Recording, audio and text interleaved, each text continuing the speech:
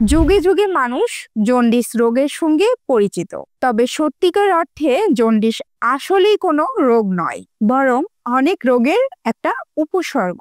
এটি যকৃতে প্রদাহ কিংবা পিত্তাশয়, পিত্তনালী বা অগ্নাশয়ের বিভিন্ন সমস্যার উপসর্গ হলো জন্ডিস। রক্তে বিলিরুবিন নামক এই উপাদানটা বেড়ে গেলে জন্ডিসের দেখা দেয়। বিলিরুবিন বাড়ার বিভিন্ন কারণ রয়েছে, যেমন লোহিত রক্তকণিকার অতিরিক্ত ভেঙে যাওয়া, বিলিরুবিনের বিপাকজনিত কোনো সমস্যা, পিত্তরস লিভার থেকে ক্ষুদ্রান্তে যাওয়ার পথে বাধা পাওয়া ইত্যাদি।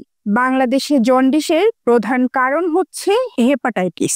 এর মধ্যে হেপাটাইটিস এ এবং হেপাটাইটিস ই ভাইরাস পানিবাহিত রোগ, হেপাটাইটিস বি এবং হেপাটাইটিস সি এই দুটি রোগ ছড়াতে পারে নানা কারণে। ভ্যাপসা গরম, কখনো ঝমঝমিয়ে বৃষ্টি, এ সময় সংক্রমণজনিত রোগ বেশি হয়। হজমের সমস্যা, পেটের গোলমাল, ডায়রিয়া লেগেই থাকে। অজান্তেই কখন জন্ডিস বাসা বাঁধবে শরীরে জানতে অনেক দেরি হয়ে যায়। জন্ডিস মানেই যে কেবল লিভারের সমস্যা তা নাও হতে পারে। কি কারণে রোগটি হচ্ছে তা জানা খুব জরুরি। রক্তে যে লোহিত রক্তকণিকা বা আরবিসি রয়েছে তার আয়ু 4 মাস। প্রতিদিন মানুষের শরীরে কিছু কিছু কণিকা ভেঙে যায়। এই ভাঙনের ফলে আরবিসি থেকে বিলিরুবিন নিঃসৃত হয়ে রক্তে মিশে। বিলিরুবিন একটি যৌগ পদার্থ। এর স্বাভাবিক মাত্রা 1 বা 1.2 মিলিগ্রাম পার ডেসিলিটারের নিচেই থাকে। রক্তের মাধ্যমে বিলিরুবিন প্রথমে পৌঁছায় লিভারে, এরপর লিভার থেকে বাইল ডাক্ট হয়ে যায় খাদ্যনালীতে, শেষে মল এবং মূত্রের সাথে কিছু পরিমাণে বেরিয়ে যায়। যদি এই পর্বটি বাধাপ্রাপ্ত হয়, অর্থাৎ বিলিরুবিন ঠিকমতো বের হতে না পারে, তখন এর মাত্রা বাড়তে থাকে এবং জন্ডিস হয়। কোনো ব্যক্তির হেমোলাইটিক অ্যানিমিয়া অথবা কোনো সংক্রমণজনিত রোগ হলে লোহিত কণিকা ভেঙে যাওয়ার ওই পর্বটি বাধা পায়, ফলে জন্ডিস হয়। আবার অনেক সময় গল স্টোন কিংবা গল ব্লাডার অথবা পেনক্রিয়াটিক ক্যান্সারের জন্য জন্ডিস হতে পারে। এই দুটি ক্ষেত্রে লিভারের কোনো ক্ষতি হয় না। গরমকালে জন্ডিসের প্রকোপ বাড়ে, কারণ অনেকেই যেখান সেখান থেকে পানি পান করেন। আর রক্তবাহিত বা দেহরসের মাধ্যমে যে জন্ডিস হয় তা প্রধানত হলো হেপাটাইটিস বি এবং হেপাটাইটিস সি। এখন প্রশ্ন হলো, কোন কোন উপসর্গ খেয়াল করতে হবে? উপসর্গ দেখেই চিকিৎসকরা তা প্রাথমিকভাবেই ধরে নিতে পারেন। যেমন চোখের যেই অংশ সাদা তা কিছুটা হলুদ হয়ে যায়। এছাড়াও জিভের নিম্নাংশ এবং হাতের তালু হলুদ হলেও তা জন্ডিসের লক্ষণ বলে ধরে নেওয়া হয়। চিকিৎসক রোগীকে দেখে নিয়ে সাধারণত বিলিরুবিনের মাত্রা জানতে লিভার ফাংশন টেস্ট করতে বলেন। সেই রিপোর্ট দেখেই বোঝা যায় সংশ্লিষ্ট রোগীর জন্ডিস হয়েছে কি না। কি কারণে রোগ হচ্ছে তা দেখেই চিকিৎসা শুরু করতে হয়।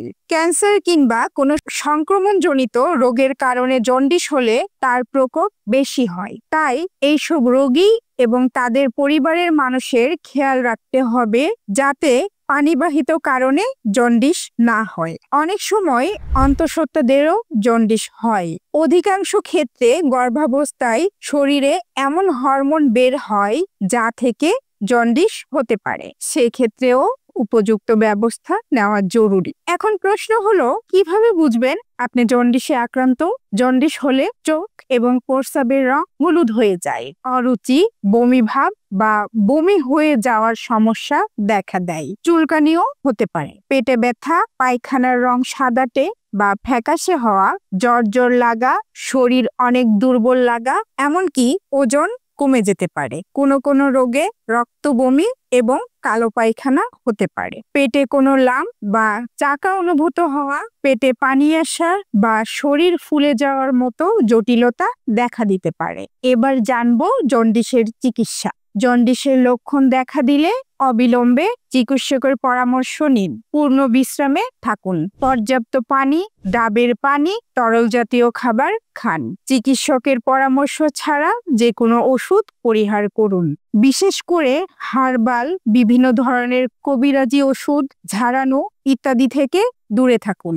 এতে পরিস্থিতি আরো খারাপের দিকে যেতে পারে। প্রয়োজনে বিশেষজ্ঞ চিকিৎসকের পরামর্শে হেপাটাইটিস বি এবং হেপাটাইটিস সি ভাইরাসের চিকিৎসা নিন। সবশেষে জানবো প্রতিরোধের সচেতনতা। নিরাপদ বিশুদ্ধ পানি ও খাবার খান। হেপাটাইটিস বি ভাইরাসের টিকা নিন। আপনার পরিবারে ক্রনিক লিভার ডিজিজের রোগী থাকলে আপনিও লিভার বিশেষজ্ঞ চিকিৎসকের পরামর্শ নিন। যে কোনো প্রকার মদ পান থেকে বিরত থাকুন ও লিভারের চর্বি নিয়ন্ত্রণে রাখুন।